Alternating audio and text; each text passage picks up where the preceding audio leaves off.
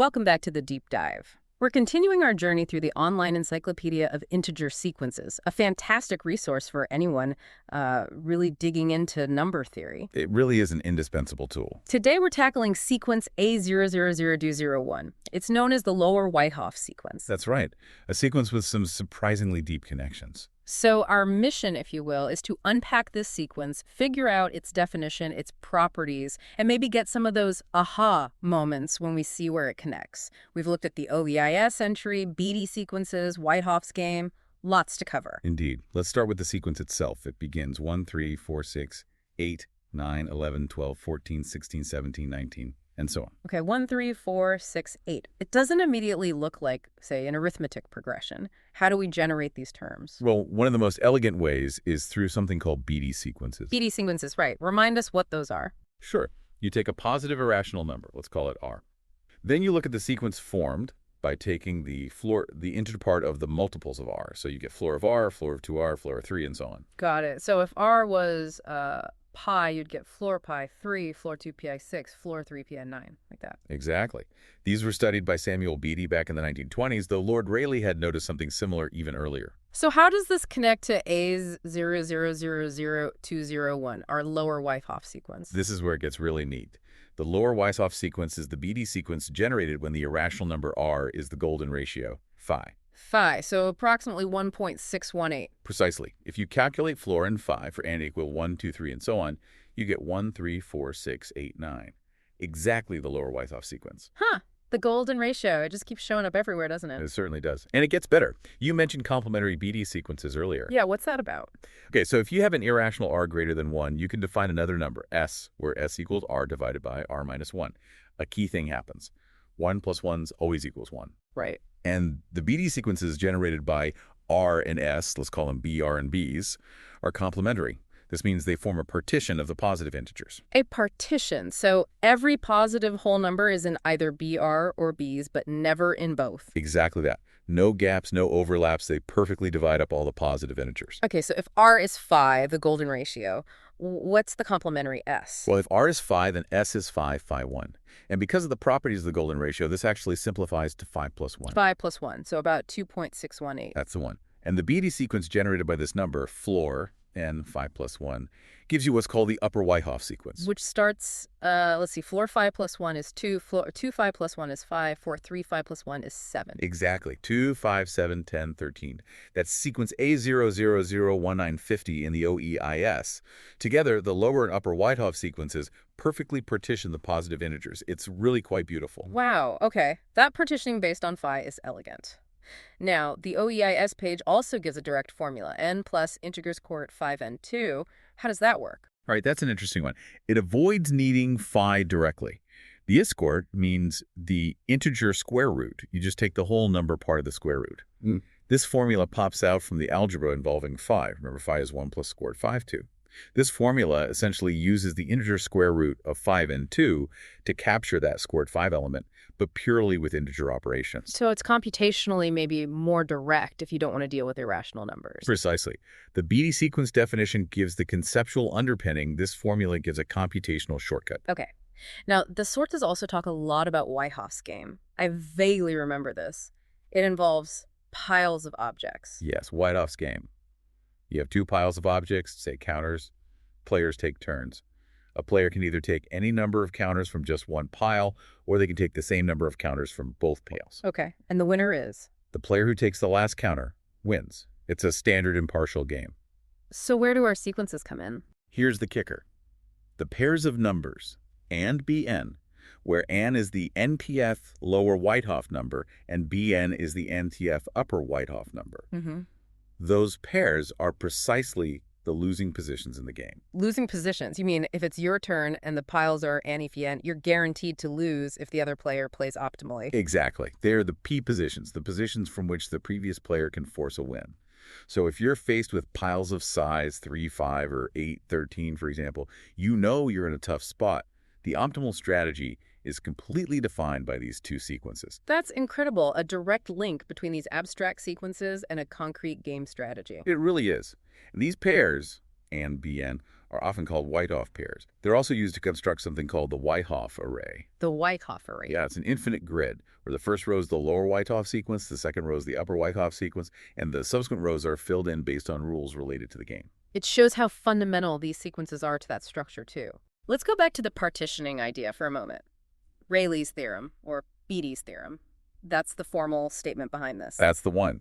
It guarantees that for any irrational R1, there's this unique S1 with 1R plus 1 equals as 1, such that their Beatty sequences, BR and Bs, partition the positive integers.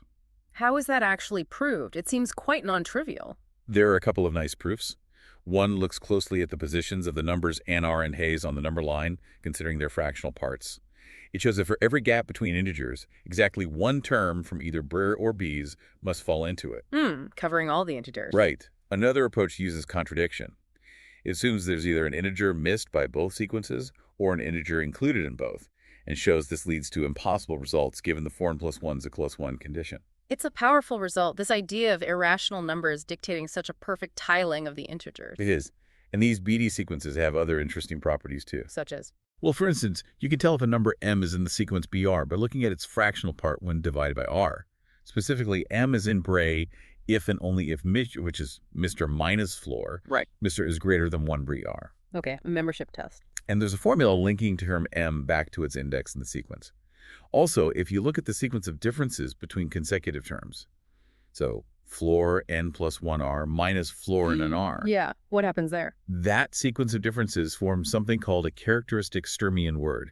This connects Beatty sequences to combinatorics on words, which studies patterns in sequences, another whole area. Wow. So these sequences touch on game theory, number theory fundamentals, combinatorics. What about generalizing Rayleigh's theorem? Can you partition integers with, say, 3 Beatty sequences? Good question. The theorem itself can be generalized a bit, like to cover positive real numbers or adapted for negative integers. And the Lambeck-Moser theorem offers a broader context for pairs of sequences partition the integers. Ouspensky's theorem proved that you cannot find 3 or more Beatty sequences based on irrationals that partition the positive integers in the same way. That perfect partitioning property is specific to pairs related by the 1r plus 1s equals 1 condition. So 2 is the magic number for Beatty sequence partitions. Interesting limitation. Now, something else mentioned was residue sequences, looking at Wythoff sequences modulo m. Right. We can ask what happens if we take the terms of, say, the lower Wythoff sequence and look at their remainders when divided by some integer m, like modulo 8. Okay, what does that look like? The example given is 13460, 13460, 12460, 13560. And it continues.